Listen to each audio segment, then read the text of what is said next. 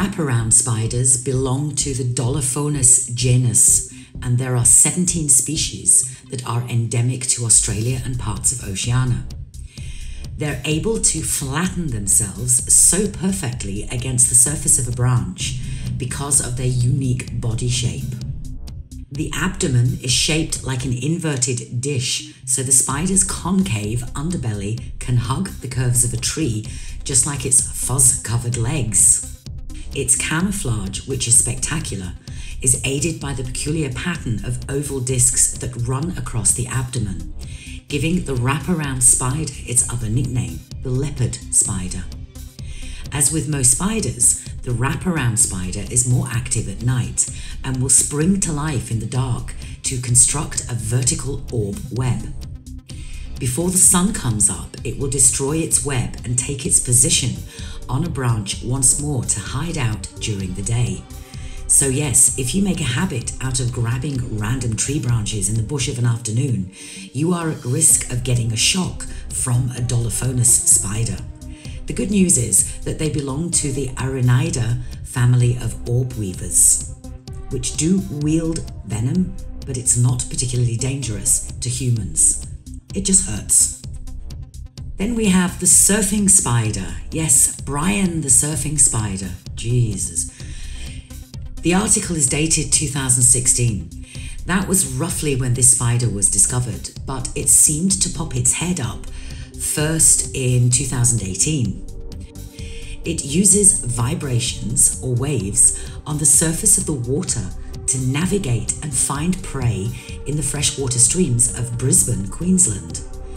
Brian can eat tadpoles, fish, frogs and cane toads, researchers say, but isn't dangerous to humans.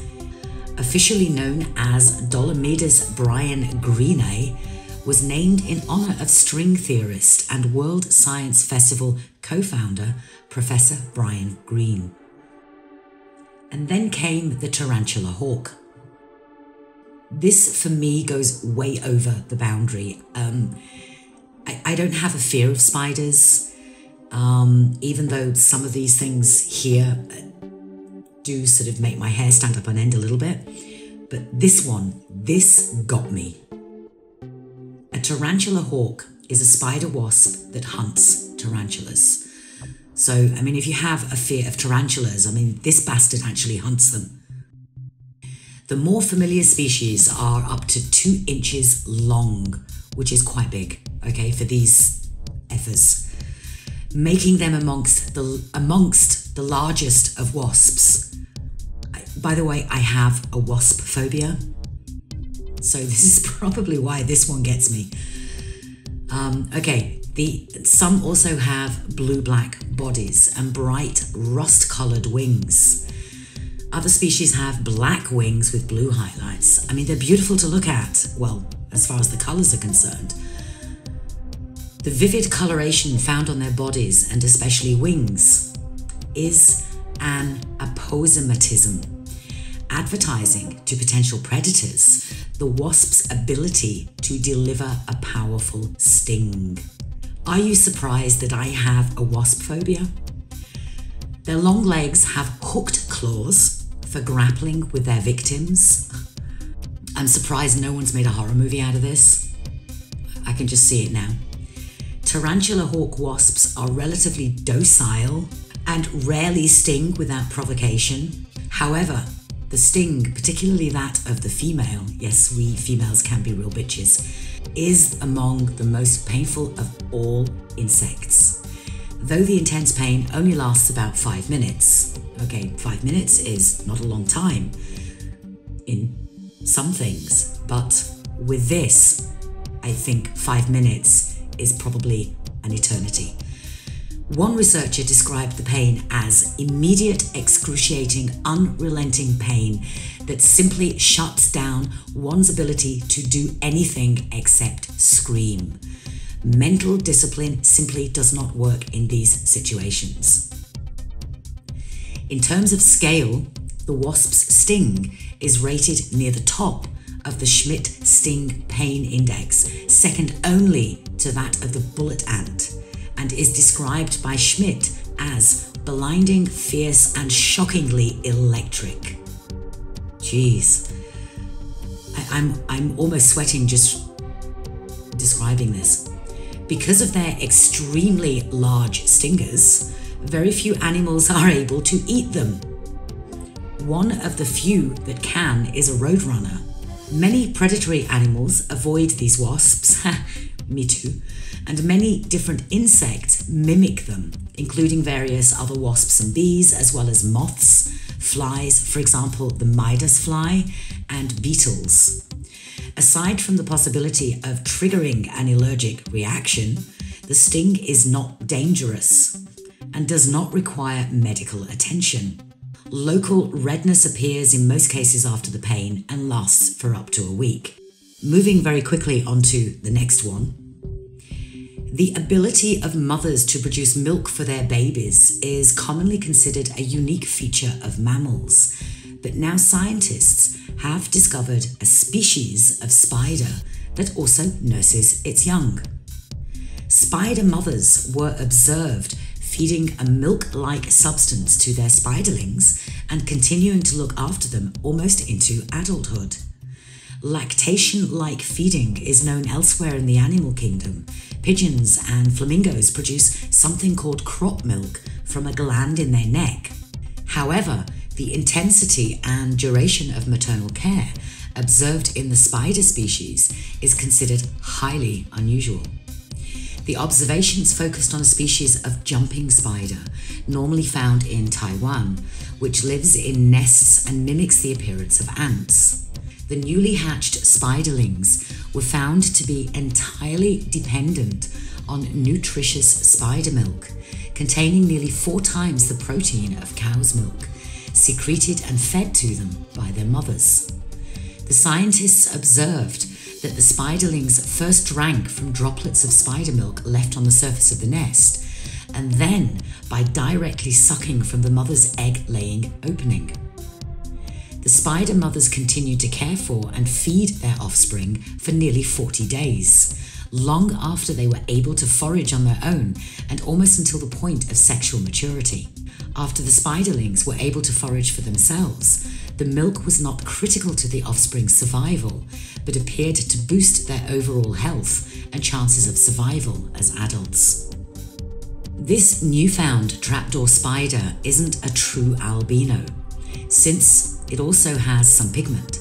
Its body is brown like those of other trapdoor spiders, but the 1.2-inch wide arachnid has been dubbed the albino trapdoor spider until it's formally described as a new species. A person in a small town in Western Australia found the strange-looking spider near his house, captured it in a jar and sent it to the museum. I wonder if he sent it per post. Unfortunately, we know nothing about its life history. We presume that they live in burrows for their entire lives, like all trapdoor spiders, and when males mature, they wander in search of females in their burrows, Harvey said. Trapdoor spiders get their name because they use soil, vegetation, and silk to construct doors to their burrows that are hinged with silk. The arachnids then pop out when they feel the vibrations of passing prey, which includes insects, other arthropods, and small invertebrates. The newfound spider is considered rare. Harvey added, it's currently the only known specimen of its kind. Meet Colossus, the world's most toxic spider, along with the Brazilian wandering spider, and as far as I can tell, the second largest funnel web spider, named after its unusually shaped web in the world. Very recently found and handed into the Australian Reptile Park, Colossus has a leg span of 3 inches, the size of a credit card. It has been known to grow up to 10 centimeters in size, and its large rear-facing fangs are strong enough to pierce toenails and even soft boots. Its venom short-circuits the nervous system. Synapses and nerves go into overdrive, producing a racing heart, high blood pressure, and breathing difficulty. The human body can't handle this for long. Its venom can take down a human in just 15 minutes. Luckily for Australia, no one has died from a funnel web spider bite since 1981, the year anti-venom became available. According to the article, spider experts were warning of a home invasion after recent wet weather had drawn spiders like Colossus indoors. Ever heard of a bunny harvestman? Although technically not a spider, but a type of arachnid better known as daddy longlegs. Belonging to the order Opiliones, there are more than 6,650 species of harvestmen all across the planet. And fossil records show that they've been around for a long time. Contrary to a common belief, harvestmen do not have venom glands and are absolutely harmless. Harvestmen have been around for at least 400 million years and lived even before the dinosaurs. This species was discovered in 1959 by German arachnid specialist Carl Friedrich Röver. Why the strange head? Well, scientists aren't quite sure. For some reason, the arachnid has evolved this dark body, two ear-like protrusions, and bright yellow false eyes. Its real eyes are located further down its body. It is believed that this unique body shape could benefit the arachnid by making it look bigger to predators. But these ideas haven't been tested. In fact, the animal hasn't been studied extensively, and there are very few published papers on it since its discovery almost 60 years ago. The scorpion spider, or camel spider, is technically not a spider, but a scorpion. It does, however, belong to the arachnid group. Thomas Acosta, a builder, recently came across this creature near his home in Phoenix, Arizona, where he has lived for the past 37 years and never saw a camel spider ever before. He said, "I didn't know they're native to Arizona. I have seen camel spiders, but I've heard of them in Iraq." Because of its gigantic jaw, the camel spider can grow large enough to eat small lizards, rodents, and even birds. The good news, is that although they look absolutely terrifying, camel spiders actually are not venomous. So if you ever come across one, it's unlikely to hurt you in any way. What I also must point out here is that one of the photos is kind of fake. Well, technically it's not fake, but it's misleading. Due to false perspective, the camel spider in this photo appears 8 to 10 times bigger than it actually is. For the first time, a false widow spider has been recorded feeding on Ireland's only native lizard. This article is dated 2018, July 2018. The hunted becomes the hunter. Lizards normally eat spiders, so to find a spider eating a lizard is unusual in itself. What's more, I am pretty sure we never had a spider called false widow in the UK, let alone venomous ones. According to the article, false widow spiders arrived in Ireland in the 1980s. I found an article from 2003 on an attack in Romania. The deadliest species of the black widow spider is thought to have found its way into some of Europe's coastal resorts after a spate of attacks that left 2 people dead and a further 11 in hospital within the past fortnight. The black widow, one of the world's most poisonous spiders, is common in North and Central America and is also found in parts of Central Asia. Its venom contains latrodectin, a powerful toxin that attacks the nervous system and can lead to death within hours. A less venomous variety is occasionally reported in parts of southern Europe, but the species responsible for the deadly attacks is believed to be the Latrodectus tridecim-guttatus, normally confined to Asia. Another article from 2014. In the south of England, an actress was bitten by a false widow spider. According to this article, false widows were first sighted in Devon in 1879. The article goes on to say, There are 7 types of false widow spider in the UK, but the kind associated with bites is the noble false widow. It's one of a dozen larger species of spider in Britain that can give a nasty bite. Apparently, noble false widows, about 2 centimeters wide, which is big enough as far as I'm concerned, including their legs, nest anywhere that's dark and damp. Yet another article from the BBC from 2013 goes on to describe how false widows are prevalent in France and Spain. Meet the mirror spider, also known as the sequined spider, who have shape-shifting silver abdomens and look like they walked off an 80s disco dance floor. Although this was apparently spotted in 2013, possibly earlier, because the photographer who spotted this says in his blog post of 2013 that he has already been observing these spiders for years. Quote, "For several years I have been observing the odd behaviour of the mirror spider, where the silver plates on the abdomen seem to shrink when the spider is agitated or perhaps threatened, revealing the actual abdomen. At rest, the silver plates expand and the spaces between the plates close up to become an almost uniform reflective surface." As far as the Skimpy wiki page is concerned, well, this just confirms my belief that this is a Mandela effect. As someone else pointed out on my post about this in my Facebook group yesterday, this is indicative of mandanimals, lack of history, no discovery dates. Thanks, Alicia. In another article from Bored Panda, they also say that there is not much known about this spider, even though we have now had over 6 years to find out. Most photos I've seen of the spider comes from this one photographer who apparently spotted this spider in Singapore and observed and photographed it over years. What, the very same spider?